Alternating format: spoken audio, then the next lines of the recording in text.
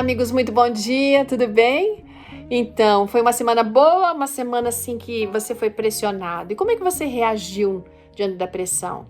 E se não foi nessa semana, em algum outro momento, como é que você reagiu? Será que você já teve alguma experiência de fraquejar quando, assim, estando sob pressão? Você acabou se decepcionando com você nesse momento? Às vezes acontece, né? A gente gostaria de agir de um jeito e age de um outro. Enfim, a Bíblia tem a história de uma pessoa que é um exemplo a respeito disso, Pedro. E apesar de ele ter convivido com Jesus, ele ainda andava sempre muito confuso, sabe? Porque a convicção dele não estava ainda muito boa, não. Ele se deixava levar pelas suas emoções, ele falava sem pensar, atropelava as situações com suas opiniões, agia de uma forma imediatista.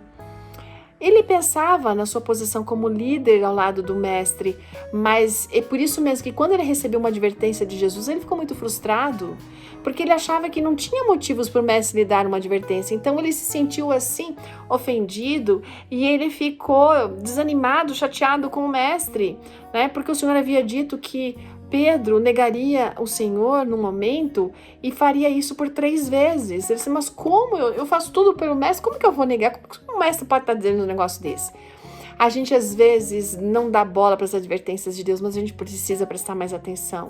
Porque o Senhor sabe da nossa, assim, a nossa fraqueza, a tendência, né? De às vezes não ser firme quanto deveria e de a gente estar mais alerta a respeito das coisas e a respeito de nós mesmos, para não chegarmos ao ponto de ficarmos decepcionados e agirmos indevidamente diante de uma pressão. Pedro só compreendeu a realidade das palavras de Jesus quando ele viveu aquela situação. E ele ficou pensando, mas como é que eu pude negar Jesus, gente? E o coração dele, naquele momento, ele estava dividido, por isso que ele fraquejou.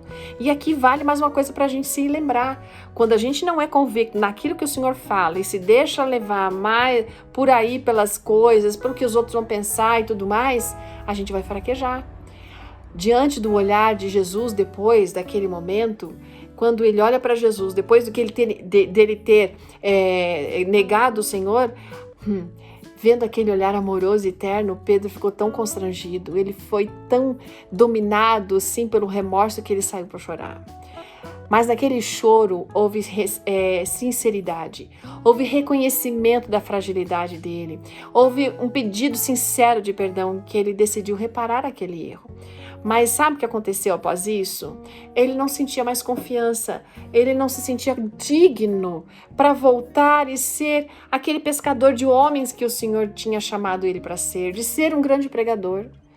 Mas Jesus, que é sempre o Deus das segundas chances, Deus acredita em nós quando nós nos entregamos a Ele. Então ele foi atrás de Pedro e deu para Pedro uma outra oportunidade para ele se reafirmar, para ele reafirmar a sua entrega.